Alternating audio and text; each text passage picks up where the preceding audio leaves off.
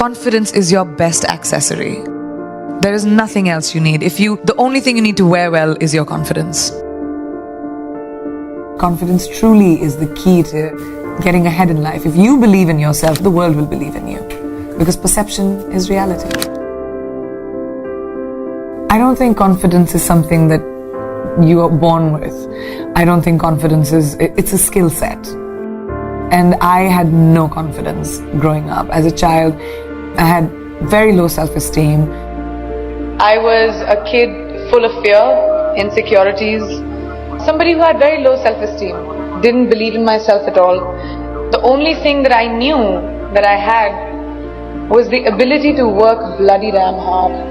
And that's the only thing that I did. Confidence is something I taught myself over the years. I started becoming okay with who I am. I became the best version of me.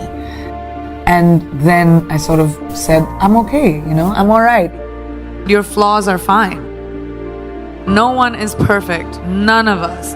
We all have bad days. We're all gonna feel like shit sometimes. You're all gonna have bad days, and that's fine. We have this crazy standard, especially with the internet, where everything has to be perfect all the time, and we have to look perfect, we have to behave perfect, we have to say the right things. Everyone screws up, and that's alright. Laugh through it, don't take yourself too seriously, and make sure that you don't live for someone else's validation. It's your validation that you need. Be yourselves. Guys, it's great to be you. Whatever you might want to be, that is the best version of you. So you drop stuff around, or you are clumsy and you're a klutz, but it's you. And that's what makes you special. We are going through our problems as a world right now because that's what we do. Because we put people in boxes, because we stereotype, because we say everyone who's like this will be like that. But not in my experience. Nothing is a straight line. And we need to stop looking at the world like that. Diversity shouldn't even be a conversation. It should be normal. When we look around this room, there's not one kind of person. I don't even see one kind of person in one row. And that's our normal. We've forgotten that eventually we're all human. It's this one little planet that we have, which in this big universe is really tiny. So we should stop giving ourselves so much importance and saying, oh, well, you're better than me or I'm better than you.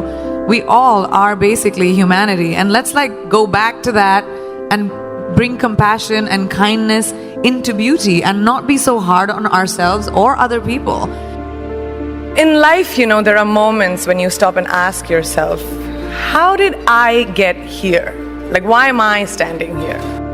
And I find myself going back to the beginning, back to my roots.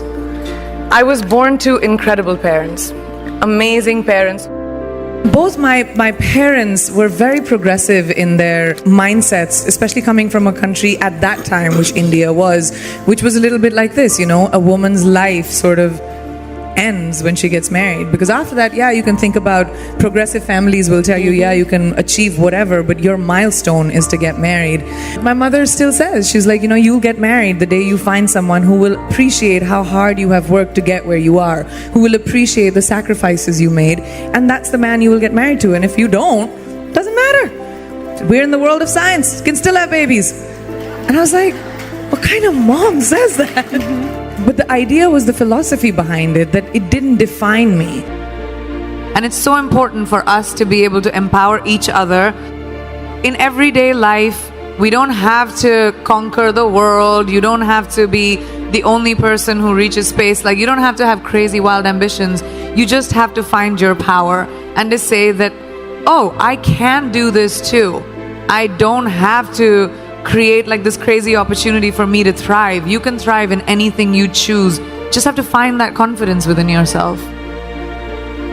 Life can never be safe. And if it's safe, it's not worth living.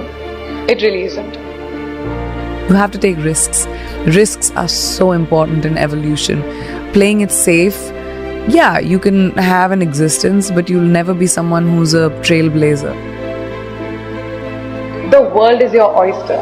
If I, a girl from a small town like Bareilly, from an army officer's family, middle class background, can today be a movie star giving an inspirational speech to you, today be debuting in America as an international pop star. Can't any one of you do it?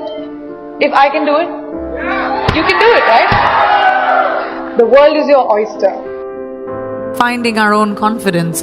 No one is going to give that to you. No one is going to tell you, here's an opportunity, go make something of yourself. You're going to do it for you. I just love growing. Like I said, I think growing is a very important thing. And when I was very young, I started working when I was 17 years old. You need to be responsible for your finances and be financially independent. And that kind of really stuck with me. I just love what I do. And I'm good at it. And I love the ability to wake up in the morning and say, oh my God, I get to go to work. I mean, how many people in their lifetimes do a job that they love doing? Most people do it for survival. We need to feed our families, we need to survive. But to wake up with, my feet and my fingers tingling and say, wow, I have this to do, I have that to do today. And it's an amazing feeling and I don't take it for granted. I'm a high achiever. I've always been a high achiever. I'm someone who is goal-oriented. I like challenges. I like growth. I like evolution. I like knowledge. So when you put all of those things combined, I have a lot more I want to do. I've had multiple things that haven't worked out in my life. I mean, I just don't talk about them. I'm not someone who rests on my failures. I believe that they are a natural part of life and failure will happen to every single person. And what you do after failure, that makes you the person that you will become. I've always said that I'm ambitious and that's my sense of purpose, is my drive, is my contribution to the arts.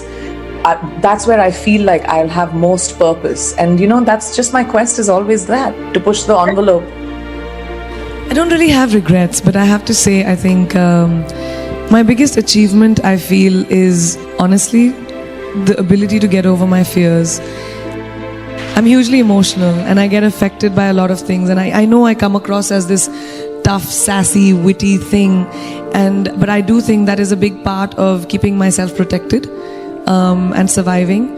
I've always had to do it for myself. There's not been anyone who's held a safety net for me in all the decisions that I've taken. So I think my biggest achievement is to trust my feet, to trust my legs, to trust my instinct, and say, even if I fall, it's okay, it'll be my mistake.